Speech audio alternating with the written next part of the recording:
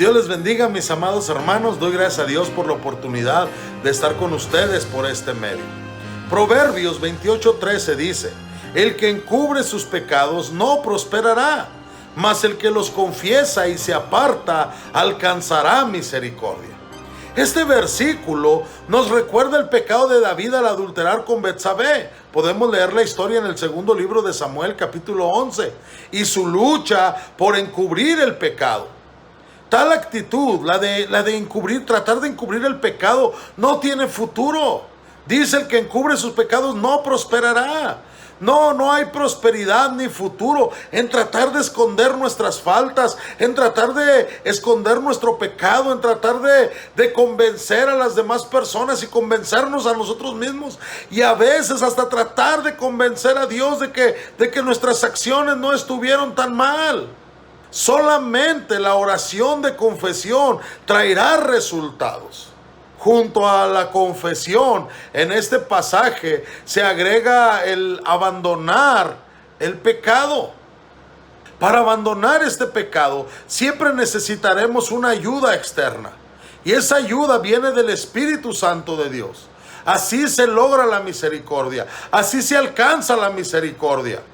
El énfasis está en que podemos alcanzar el perdón, en que podemos alcanzar la misericordia. ¿Pero por qué? Porque confesamos nuestro pecado, porque nos apartamos de él. No hay nada que dañe más las relaciones entre las personas que el admitir una falta y después volverla a cometer y volverla a cometer y volverla a cometer. Nadie estará dispuesto a perdonar mucho si persisten estas acciones en nuestra vida.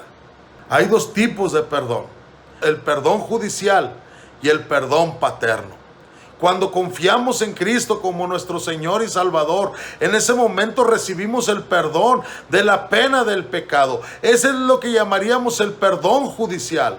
Como creyentes, confesamos nuestros pecados y recibimos el perdón de nuestro Padre. Eso mantiene la relación correcta con Dios nuestro Padre.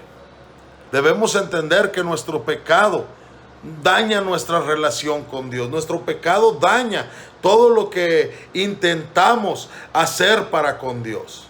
No hay bendición para el que encubre sus pecados. Esto es quien rehúsa llevarlos a la luz. Ese pecado se debe confesar delante de Dios. Ese pecado también se debe confesar a cualquier otro que haya ofendido. Pero todo aquel que confiesa y se aparta de sus pecados tiene la seguridad de que Dios no solo lo perdona, sino que también lo olvida. Qué importante es, mis amados hermanos, que aprendamos esto. El que encubre sus pecados no prosperará. No hay prosperidad jamás en tratar de esconder nuestro pecado. Podemos engañar a algunas personas por un poco de tiempo, pero no los podremos engañar a todos para siempre. Y sobre todo, no podemos engañar a nuestro Dios. No podemos engañar a nuestro Salvador. No podemos engañar a aquel que lo sabe todo. Por eso tratamos de encubrir nuestros pecados, pero no hay prosperidad en eso. Ni siquiera en encubrir el pecado.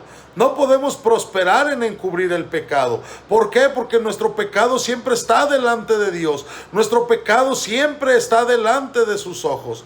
Mas el que los confiesa y se aparta, alcanza la misericordia, alcanza el perdón, alcanza la restauración en su vida espiritual.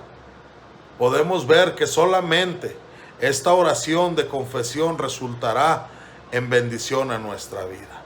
Recuerda, cuando confías en Cristo como tu Salvador, recibes el perdón de la pena del pecado. Ese es el perdón judicial. Pero ya cuando como hijo de Dios, como creyente, confiesas tu pecado, entonces recibes el perdón de un Padre. Cuando pecamos, ¿qué debemos hacer? Jamás debemos decir, debo huir. Debemos decir, voy y busco a mi Padre, necesito hablar con Él. Porque ahí es donde está la verdadera bendición. Todo aquel que confiesa y se aparta tiene la seguridad de que Dios lo perdona. Que Dios te bendiga.